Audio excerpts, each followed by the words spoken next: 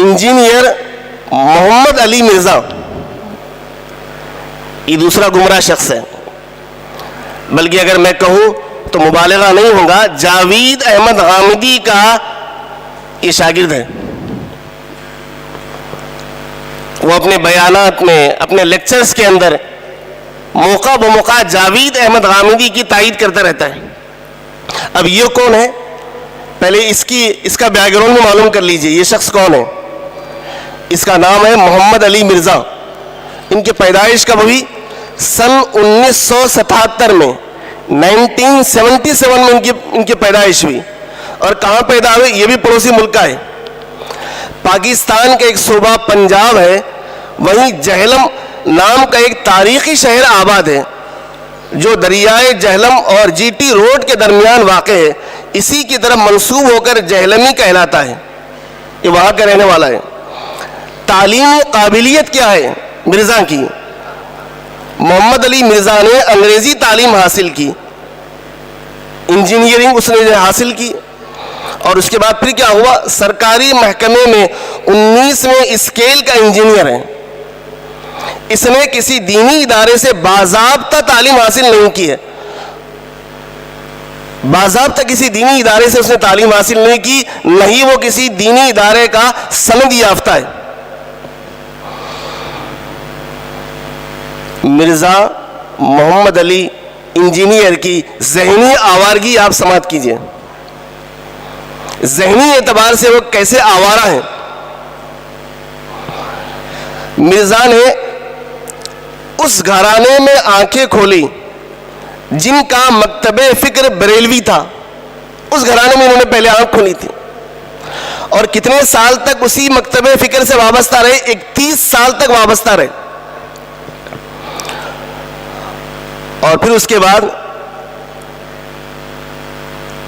سن 2008 میں علماء دیوبند سے متاثر ہو کر ان کے نظریات کو انہوں نے قبول کیا، اور اس کے جو ہے 2-3 سال بعد ہی انہوں نے غیر مقلدیت کو اختیار کر لیا، اور اب تو اس سے آگے بڑھ کر اہل تشیع سے بہت متاثر ہیں، شیعوں سے بہت زیادہ متاثر ہیں، بلکہ شیعوں کو ہی حق تسلیم کرتے ہیں۔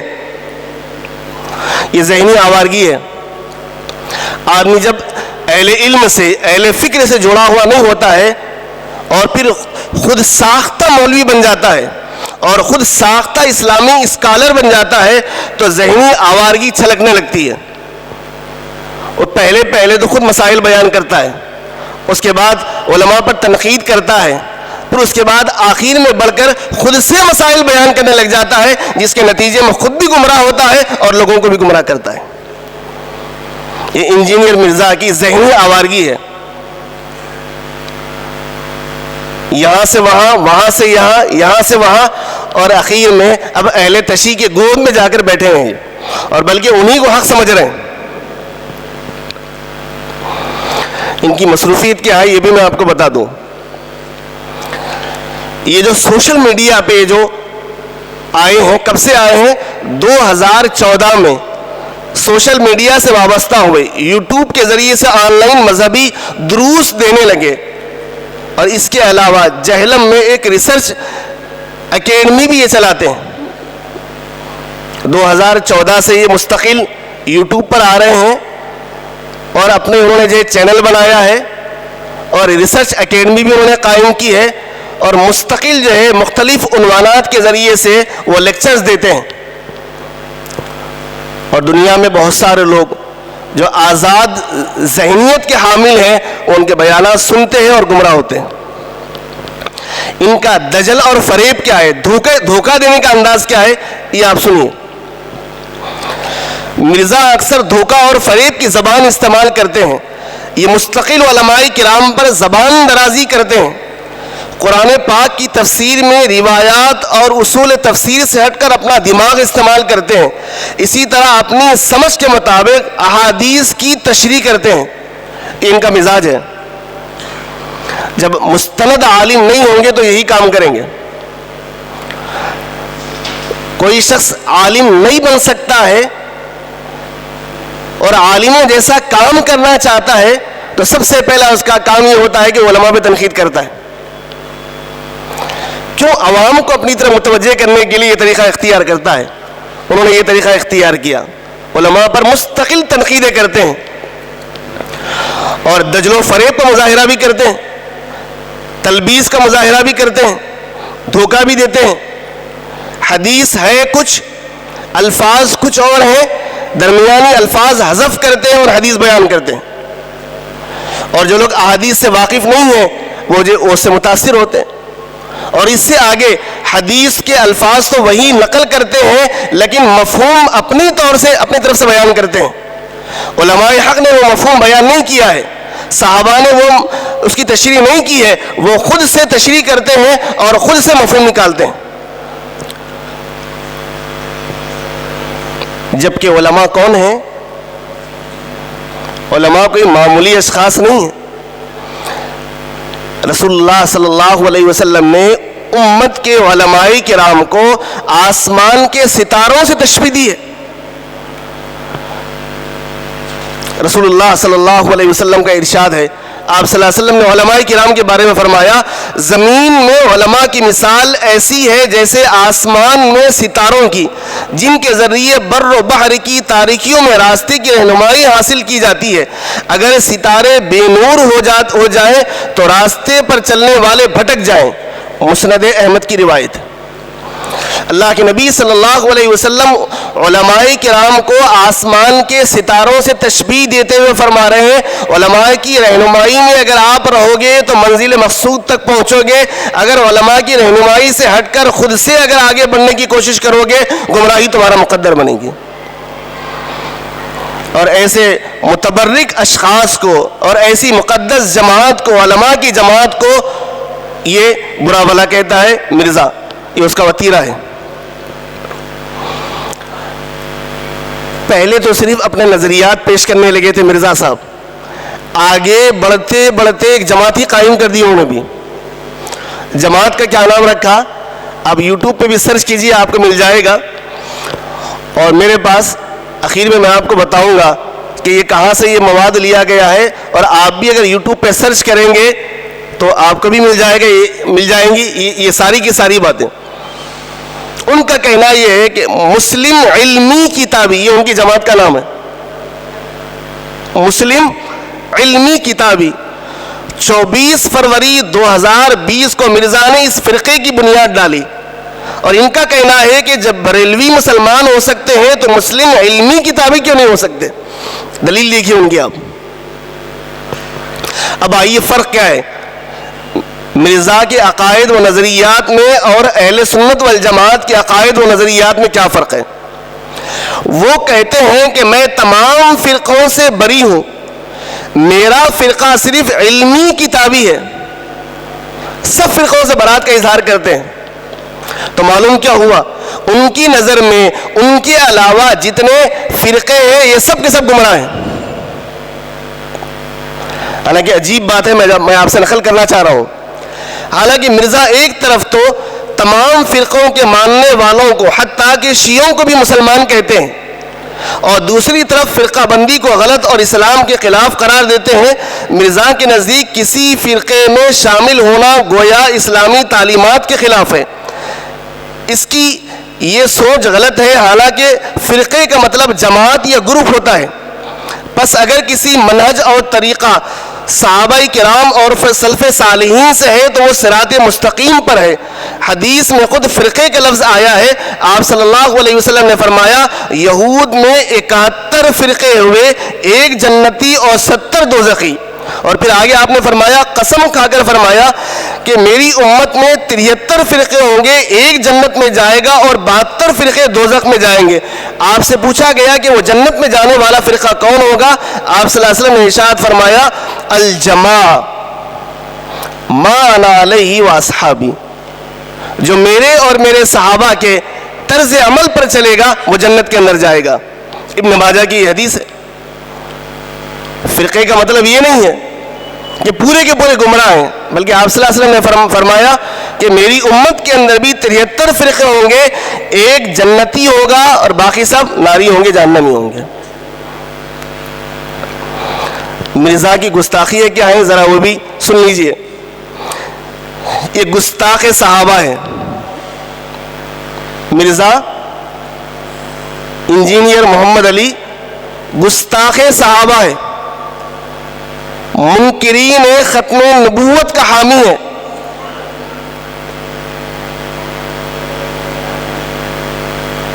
ختم نبوت کے جو منکر ہیں یہ ان کی تائید کرنے والا ہے. اور ہمارا کیا عقیدہ ہے کہ نبوت رسول اللہ صلی اللہ علیہ وسلم کی ذات اقدس پر ختم ہو چکی ہے. اب قیامت کی صبح تک کوئی نبی آنے والا نہیں ہے. مگر مرزا غلام احمد قادیانی اور اس کے ماننے والے رسول اللہ صلی اللہ علیہ وسلم کے بعد بھی نبوت کے قائل ہیں اور یہ ان کا حامی ہے. اور اس سے آگے بڑھ کر یہ شیعوں کا دوست ہے اور پھر فکری انحراف کا شکار ہے. یہ مرزا خود ساختہ مفسر ہے اور پھر حد یہ ہے کہ یہ علماء سے بغض بھی رکھتے ہیں. اب آئیے انجینئر مرزا محمد علی کے غلط عقائد و نظریات کیا ہیں ایک نظر ڈالیں گے ہم. نمبر 1، مرزا کا کہنا یہ ہے کہ قادیانیوں کے اعضائے وضو بھی قیامت میں چمکیں گے. دیکھیے نظریہ، دیکھیے آپ کس طریقے سے یہ جملہ استعمال کر کے قادیانیوں کی یہ بھی تائید کر رہے ہیں جیسا ان کے استاذ غامدی نے کی تھی. کیا کہہ رہے ہیں؟ قادیانیوں کے اعضائے وضو بھی قیامت میں چمکیں گے. حالانکہ اعضائے وضو صرف مسلمانوں کے چمکیں گے، جبکہ قادیانی متفقہ طور پر کافر ہیں، جس سے ثابت ہوتا ہے کہ اس کے نزدیک قادیانی بھی مسلمان ہیں. گویا کہ یہ ثابت کرنا چاہ رہے ہیں کہ قادیانی بھی مسلمان ہیں. اور ایک نظریہ عظیم الشان صحابی رسول حضرت سیدنا امیر معاویہ رضی اللہ تعالیٰ عنہ کے متعلق اس گستاخ کی کیسی زبان چلی ہے اور کیسا ان کے متعلق یہ نظریہ رکھتا ہے.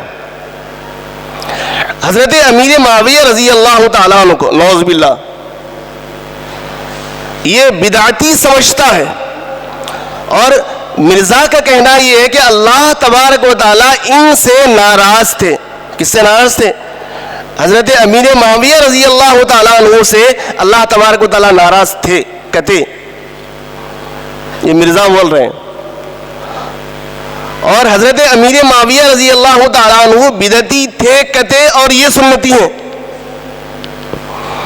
تھوڑا سا دل پہ ہاتھ رکھ لیجئے، یہاں پہ تصورات کی دنیا میں چلے جائیے. قیامت میں رسول اللہ صلی اللہ علیہ وسلم کے حوض کوثر پر جب حاضری ہوں گی تو ظاہر بات ہے قریب کون ہوں گے؟ صحابہ حضور کے قریب ہوں گے. اور صحابہ میں کون قریب ہوں گے؟ خلفائے راشدین قریب ہوں گے. ان کے بعد دوسرے صحابہ قریب ہوں گے اور بعد میں پوری امت ہوں گی. حضرت معاویہ رضی اللہ تعالیٰ عنہ رسول اللہ صلی اللہ علیہ وسلم کے سامنے مقدمہ دائر کر دیا اور فرمائے اے اللہ کے نبی صلی اللہ علیہ وسلم، میں تو آپ کا صحابی تھا، میں آپ کا غلام تھا، میں آپ کا عاشق تھا. آپ نے مجھے وحی کی کتابت کا شرف عطا فرمایا تھا اور آپ نے مجھے خوشخبریاں عطا فرمائی تھی.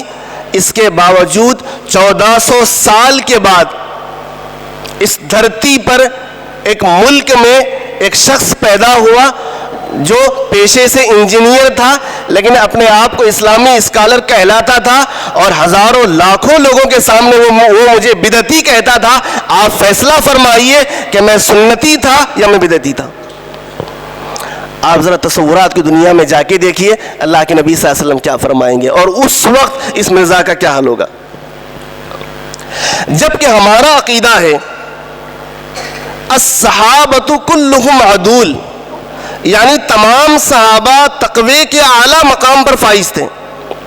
حضرت معاویہ رضی اللہ تعالیٰ عنہ کاتبین وحی میں سے رسول اللہ صلی اللہ علیہ وسلم پر جو وحی آتی تھی اس وحی کو آپ لکھوا دیا کرتے تھے. جن صحابہ سے لکھوایا کرتے تھے ان میں سے ایک حضرت معاویہ رضی اللہ تعالیٰ عنہ بھی ہیں. کتنا اونچا مقام ہے ان کا.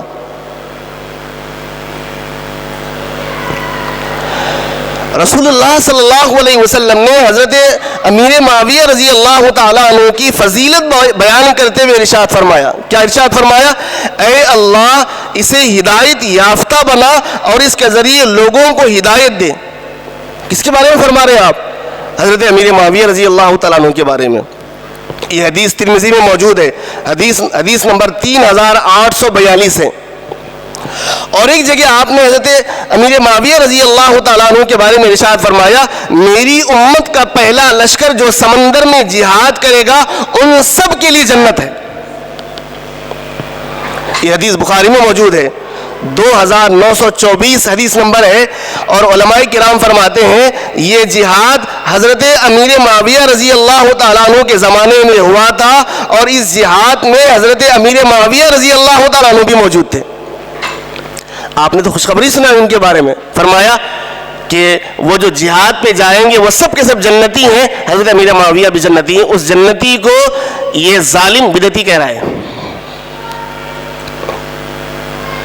اور ایک حدیث ہے آپ نے حضرت امیر معاویہ رضی اللہ تعالیٰ عنہ کے بارے میں فرمایا اے اللہ معاویہ کو کتاب و حساب سکھا اور اسے عذاب سے بچا. آپ ان کے حق میں دعا فرما رہے ہیں اے اللہ امیر معاویہ کو عذاب سے بچا. مسند احمد کی روایت ہے. حدیث نمبر 1752 ہے. یہ احادیث موجود ہیں ان کی فضیلت میں, ان کی تائید میں. اس کے باوجود یہ زبان درازی کرتے ہوئے مرزا کہتا ہے کہ حضرت امیر معاویہ رضی اللہ تعالیٰ عنہ بدعتی تھے, اللہ ان سے ناراض تھا. یہ گستاخ صحابہ ہے. قرآن مجید کی غلط تعویل اس نے کی ہے اور یہ بھی صحابہ سے بغض رکھنے کی بنیاد پر ہے. قرآن کی آیت ہے سورہ فتح کی آیت نمبر 29 محمد رسول اللہ والذین معہ اشداء علی الکفار رحماء بینہم. یہاں ماں سے مراد تمام صحابہ مراد نہیں بلکہ صلح حدیبیہ کے موقع پر جو 1400 صحابہ تھے ان کے لیے.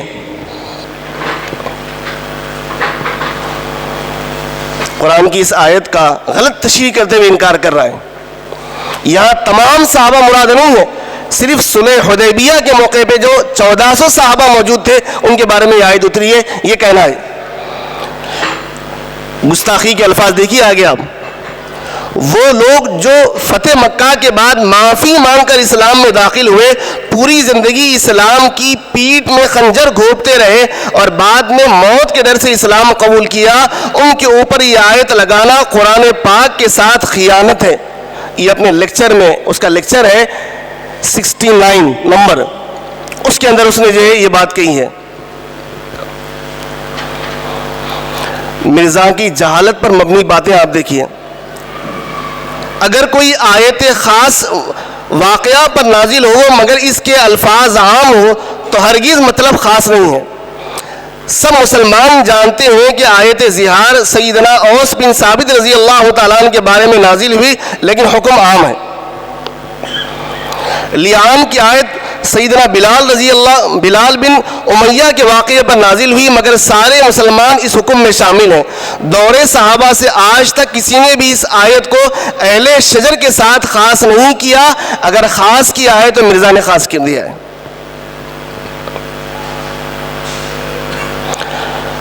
جبکہ قرآن کریم میں اللہ تبارک و تعالیٰ نے ارشاد فرمایا وَكُلًّا وَعَدَ اللَّهُ الْحُسْنَى. اللہ تبارک و تعالیٰ نے تمام صحابہ کے بارے میں حسنہ کا وعدہ فرمایا ہے. سورہ حدید کی آیت نمبر 10 ہے.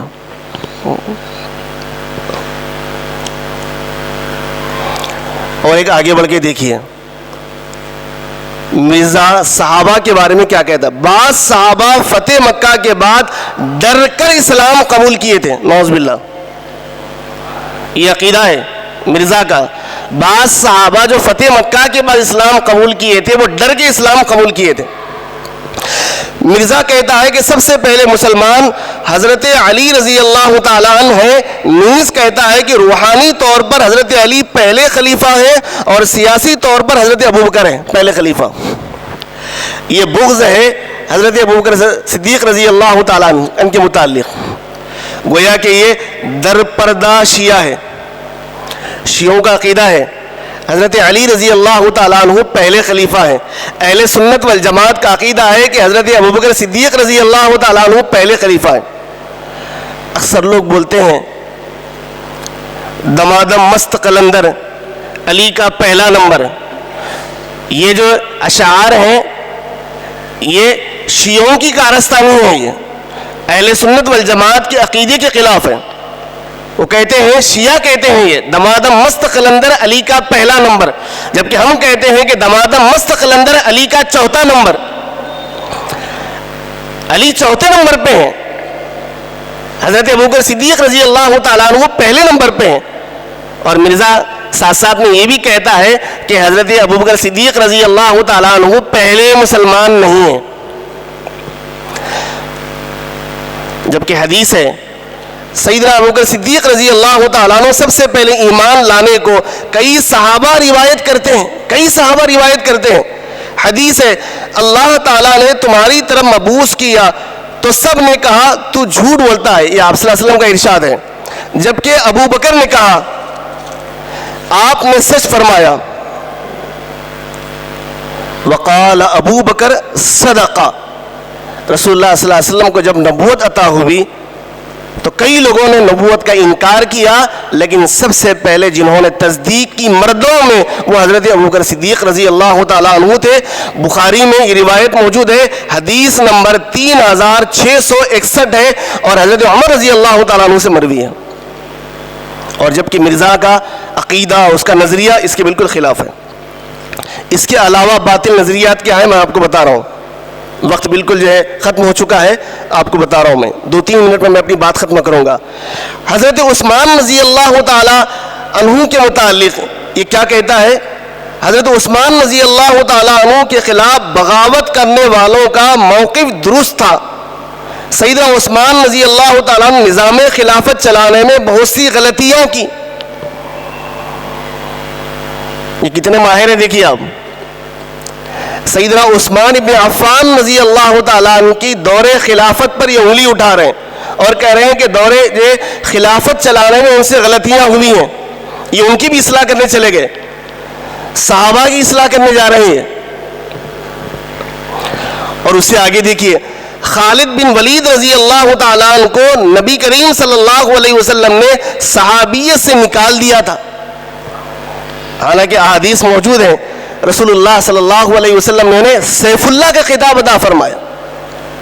اتنے اونچے درجے کے صحابی، اور یہ مرزا ان کے بارے میں کہہ رہا ہے، غلط بیانی کا مظاہرہ کر رہا ہے. اللہ کے نبی صلی اللہ علیہ وسلم نے انہیں صحابیت سے نکال دیا تھا.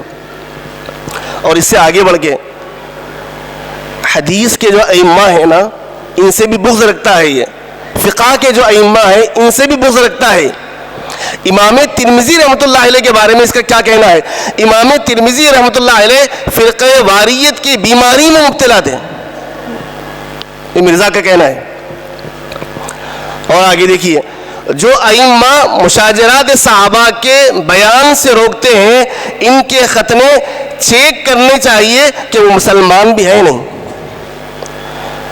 صحابہ کا جو اختلاف تھا ان کا آپسی اختلاف تھا، ان کا ذکر ہم ادنا کو کرنے کی ہرگز اجازت نہیں ہے.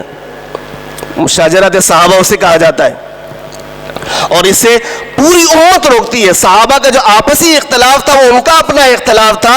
امت کے کسی فرد کو اجازت نہیں ہے کہ صحابہ کے اختلاف کے سلسلے میں اپنی رائے ظاہر کریں. مگر یہ مرزا کیا کہتا ہے کہ جو صحابہ کے اختلاف کو بیان کرنے سے روکتے ہیں وہ مسلمان ہی نہیں ہے اس کی نظر میں. یعنی صحابہ کے اختلاف لوگوں کے درمیان میں لانا چاہیے، اسے خوب اچھالنا چاہیے، اور صحابہ کی جو عظمت لوگوں کے دلوں میں ہے وہ عظمت کو نکالنا چاہیے یہ اختلاف بیان کرتے ہوئے. اور آگے کیا لکھتے ہیں؟ یہ گستاخ رسول کی سزا قتل نہیں ہے. اہل سنت والجماعت کا یہ عقیدہ ہے کہ گستاخ رسول کی سزا قتل ہے. واجب القتل ہے وہ، احادیث موجود ہیں. مگر یہ قادیانیوں کی تائید کرنا چاہتے ہیں، انہیں بچانے کے لیے جملہ استعمال کر رہے ہیں. اسی طرح قادیانی اہل کتاب سے بہتر ہیں. مرزا غلام احمد قادیانی نے کہیں صراحتاً نبوت کا دعویٰ نہیں کیا. یہ دیکھیے اور تائید کر رہے ہیں ان کی. قادیانی اہل کتاب سے افضل ہیں کہتے ہیں ان کے نزدیک، اور غلام احمد قادیانی نے کہیں بھی صراحت کے ساتھ نبوت کا دعویٰ نہیں کیا. یہ ان کی تائید کر رہے ہیں. اور آخر میں ان کا عقیدہ کیا ہے یہ بھی سن لیجئے. موسیقی، سود، گستاخ رسول کی سزا وغیرہ. غامدی صاحب کو سنیں، اپنے استاد کے بارے میں تائید کرتے ہیں، بتا رہے ہیں. سود کے بارے میں غامدی صاحب کا نظریہ اہل سنت والجماعت سے بالکل ہٹ کے ہے. موسیقی کے بارے میں تو آپ نے جو ابھی سنا ہے، موسیقی ان کے نزدیک جائز ہے. اور اسی طرح گستاخ رسول کی سزا ان کے پاس ہے ہی نہیں ہے. تو یہ اپنے استاد کی تائید کرتے ہوئے لوگوں کو یہ بتا رہے ہیں اس سلسلے میں اگر آپ سماعت کرنا چاہتے ہیں تو استاد محترم غامدی صاحب سے آپ سن لیجئے. آخری بات، یہ جو شیعہ ہیں جب نمازیں پڑھتے ہیں تو سجدہ ٹھیکری پر کرتے ہیں. یہ جو سجدہ کرتے ہیں کس پہ کرتے ہیں؟ شیعہ ٹھیکری پر سجدہ کرتے ہیں، مٹی کی بنی ہوئی ہوتی ہے. اور ان شیعوں کا عقیدہ کیا ہے کہ جب تک روئے زمین پر شیخین رحمہ اللہ مدفون ہے تب تک روئے زمین پر سجدہ کرنا درست نہیں ہے، اس لیے کہ زمین ناپاک ہے. یہ شیعوں کا عقیدہ ہے. شیخین سے مراد کون ہے؟ سیدنا ابوبکر صدیق رضی اللہ تعالیٰ عنہ، سیدنا عمر فاروق رضی اللہ تعالیٰ عنہ. اور یہ دونوں اللہ کے نبی صلی اللہ علیہ وسلم کے صحابہ میں سب سے قریب ترین صحابہ ہیں. سیدنا ابوبکر صدیق رضی اللہ تعالیٰ عنہ کے بارے میں آپ نے کیا ارشاد فرمایا؟ لو کنت متخذا خلیلا لاتخذت ابا بکر رضی اللہ تعالیٰ عنہ. اگر میں کسی کو اپنا دوست بناتا تو ابو بکر کو ضرور اپنا دوست بناتا، لیکن میں نے اپنے اللہ کو اپنا دوست بنایا ہے. ابو بکر میرے صحابی ہیں اور میرے ساتھی ہیں. اور آپ نے کیا ارشاد فرمایا؟ دنیا میں جن جن لوگوں نے میرے ساتھ اچھائی کا معاملہ کیا سب کے میں نے حقوق ادا کر دیے ہیں، سب کا میں نے بدلہ دے دیا ہے سوائے ابو بکر کے. ابو بکر کا بدلہ اللہ ہی دینے والے. سیدنا ابوبکر صدیق رضی اللہ تعالیٰ عنہ کے یہ مناقب آپ نے بیان فرمائے. اور سیدنا عمر فاروق رضی اللہ تعالیٰ عنہ کے متعلق تو ایک ہی جملہ کافی ہے. آپ نے ارشاد فرمایا لو کان بعدی نبی لکان عمر رضی اللہ عنہ. اگر میرے بعد کوئی نبی بن سکتے تھے تو عمر نبی بن سکتے تھے. اللہ نے وہ ساری صلاحیتیں ان کو عطا فرمائی ہیں. چونکہ میرے بعد کوئی نبی بن نہیں سکتے، میں آخری نبی ہوں، اس لیے عمر بھی نبی نہیں بن سکتے، ورنہ نبوت والی ساری صلاحیتیں ان کے پاس موجود ہیں. ایسے عظیم الشان صحابہ کے متعلق شیعوں کا یہ عقیدہ ہے کہ ان کو دفن کرنے کی وجہ سے زمین ناپاک ہو گئی ہے، اس لیے وہ لوگ زمین پہ سجدہ نہیں کرتے، ٹھیکری رکھ کے سجدہ کرتے ہیں. میں ان سے پوچھنا چاہتا ہوں یہ ٹھیکری کیا جنت سے لائے تھے؟ آپ کہاں سے لائے تھے؟ یہ جو ٹھیکری آپ نے بنائی ہے مٹی کی، یہ بھی تو زمین ہی سے بنائی ہے نا. جب زمین ناپاک ہے تو اس سے بنائی جانے والی چیزیں بھی ناپاک ہیں. جب وہ ناپاک تو یہ بھی ناپاک. جب یہ پاک ہے تو پھر وہ بھی پاک ہونا چاہیے. مگر یہ عجیب فلسفہ ہے ان کا جو سمجھ سے باہر ہے. اور پھر کیا کہنا ہے ان کا؟ اللہ تبارک و تعالیٰ کے وقت آئے گا کہ ہم کو مکہ مدینہ پر حکومت عطا فرمائیں گے اور ہم حضور کے روضے میں داخل ہوں گے اور وہاں جا کے یہ دونوں حضرات کو باہر نکالیں گے، درختوں پر نعوذ باللہ لٹکائیں گے، اس کے بعد زمین پاک ہو جائے گی، پھر ہم زمین پہ سجدہ کریں گے. یہ شیعوں کا نظریہ ہے. اس کی تائید یہ چھوٹا شیعہ کر رہا ہے. کیا روافظ مٹی کی ٹھیکری پر سجدہ کرتے ہیں؟ یہ سنت کے زیادہ قریب ہے.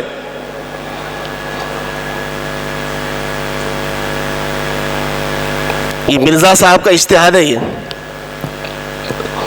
پتہ نہیں کون سی حدیث سے نکالا ہے انہوں نے، پتہ نہیں کون سی کتاب سے نکالا ہے. شیعہ جو سجدہ کرتے ہیں ٹھیکریوں پر، یہ سنت سے زیادہ قریب ہے. نہ صحابہ نے کیا، نہ تابعین نے کیا، نہ تبع تابعین نے کیا، کسی نے نہیں کیا، شیعوں نے بعد میں کیا، اور یہ کہہ رہے ہیں کہ یہ سنت سے زیادہ قریب ہے. یہ سب سارے کے سارے گمراہ نظریات کا حامل انجینئر مرزا محمد علی ہے، اور یوٹیوب کے ذریعے سے مستقل لوگوں کے اندر گمراہی پھیلانے میں مصروف ہے. مرزا کے متعلق میں آخر میں ایک یہی شعر کہوں گا: بک رہا ہوں جنوں میں کیا کیا کچھ، بک رہا ہوں جنوں میں کیا کیا کچھ، کچھ نہ سمجھے خدا کرے کوئی. یہ دونوں باطل نظریات کے جو حامل اشخاص ہیں، یہ دیوانگی میں بک رہے ہیں. آج امت کو ضرورت ہے ایسے گمراہ نظریات کے حامل اشخاص سے واقفیت حاصل کرنا، اور اس سے اپنے آپ کو بچانا، اپنے ایمان کو بچانا، اپنے گھر والوں کے ایمان کو بچانا، اپنے اہل و عیال کی ایمان کو بچانا، اپنے محلے والوں کے اور اپنے شہر والوں کے، اپنے ملک والوں کے، بلکہ پوری امت مسلمہ کے ایمان کو بچانا. یہ ہم سب کی دینی ذمہ داری ہے، اور اخلاقی ذمہ داری ہے، اور ملکی ذمہ داری بھی ہے. یہ ایک روزہ ورکشاپ جو رکھا گیا ہے، انہی باطل نظریات سے آپ حضرات کو واقف کروانے کے لیے رکھا گیا ہے. اب یہاں سے آپ تہیہ کر لیجئے. اگر گمراہی سے اپنے آپ کو بچانا ہے تو کیا کرنا ہے؟ جس طرح دشمنوں سے اپنے آپ کو بچانا ہے تو کیا کرنا ہوگا؟ جن کے ہاتھ میں ہتھیار ہے ان کے سائے میں آ کے کھڑا ہونا پڑے گا. تو دشمنوں کے ضربوں سے آپ بچ پائیں گے.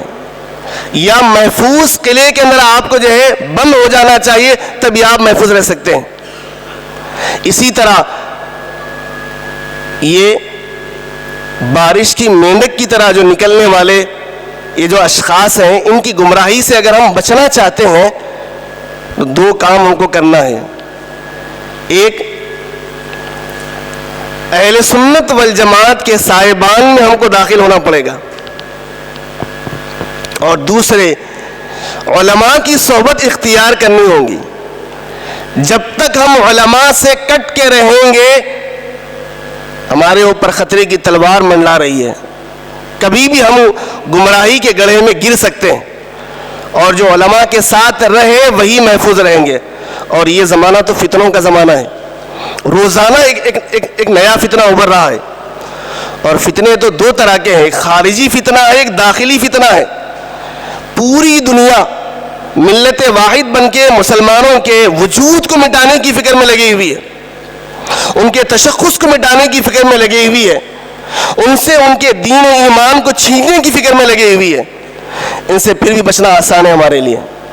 لیکن دوسرا جو فتنہ ہے وہ داخلی فتنہ ہے، جو ہمارے اندر کے ہی آستین کے سانپ بن کے آ رہے ہیں، اور اسلامی لبادہ اوڑھ کر اور احادیث پیش کر کے، قرآنی آیات پیش کر کے ہم کو گمراہ کرنے کی فکر میں لگے ہوئے ہیں. ان سے بچنا زیادہ مشکل ہے ان کے مقابلے میں. اگر ان سے ہم کو بچنا ہے، اہل علم کی صحبت اختیار کرنا پڑے گا آپ کو. اس کے لیے تہیہ کر لیجئے. یوٹیوب پہ مستند علماء کے، مستند اسلامی اسکالر کے علاوہ کسی کے بیانات ہم ہرگز نہیں سنیں گے، اور کسی بات پر ہم اعتماد بھی نہیں کریں گے. اور علماء زندہ ہیں. علماء کے رہتے ہوئے بے جان علماء سے استفادہ کرنے کی ضرورت نہیں ہے. انٹرنیٹ بے جان ہے یا جاندار علماء موجود ہیں، اور اللہ کا کرم ہے، اللہ کا فضل ہے. اس وقت تو امت کے اندر لاکھوں کی تعداد میں حفاظ موجود ہیں، لاکھوں کی تعداد میں علماء بھی موجود ہیں. پہلے خال خال آپ کے شہر میں ایک عالم یا ایک حافظ نظر آتا تھا. اللہ کا فضل ہوا ہر محلے میں، بلکہ ہر گھر میں ایک حافظ ایک عالم آپ کو نظر آ رہا ہے. اب تو استفادہ کرنا زیادہ آسان ہے پہلے کے مقابلے میں. لیکن اس کے لیے ضروری ہے جو علماء آپ کے قریب ہیں، جو مستند علماء ہیں، جو اہل حق علماء ہیں، ان پہ آپ اعتماد کیجئے. اگر آپ ان پہ اعتماد کریں گے پھر انٹرنیٹ پہ اعتماد کرنے کی آپ کو ضرورت نہیں پڑے گی. جو اہل حق علماء پر، جو مستند علماء پر اعتماد نہیں کرتے ہیں وہ انٹرنیٹ کا سہارا لیتے ہیں. اور انٹرنیٹ کے ذریعے سے جو لوگ گمراہ ہو رہے ہیں وہ 3 قسم کے لوگ ہیں. پہلے جنہوں نے جدید تعلیم حاصل کی ہے، عصری تعلیم حاصل کی ہے،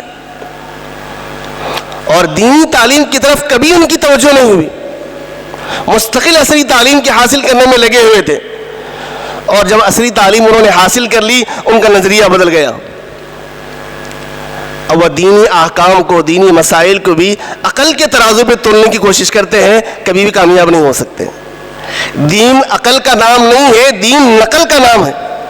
یہ بات اچھی طرح سن لیجیے، دین نقل کا نام ہے، دین عقل کا نام نہیں ہے. نقل کہتے ہیں وحی الہی کو.